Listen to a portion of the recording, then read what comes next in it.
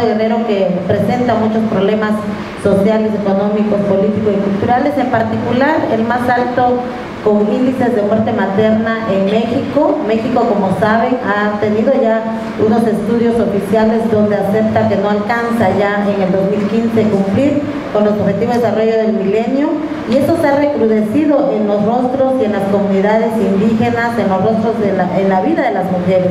Es decir, en México actualmente la mayoría de mujeres que está muriendo por problemas situacionales, multifactoriales, prevenibles además, porque la muerte materna se puede evitar.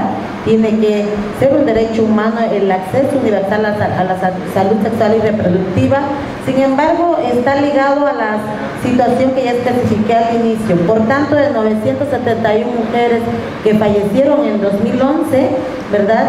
Hoy por hoy se sigue demostrando que el 48% de estas estaban afiliadas a un programa del gobierno federal que se llama el Seguro Popular, que se impulsó hace un sexenio como una de las medidas y políticas públicas impulsadas para prevenir este tipo de problemas. Sin embargo, las indígenas seguimos exigiendo en este caminar políticas interculturales de salud donde sean pertinentes, tomando en cuenta el conocimiento tradicional de las parteras indígenas, que son la primera mano de ayuda que tenemos en las regiones.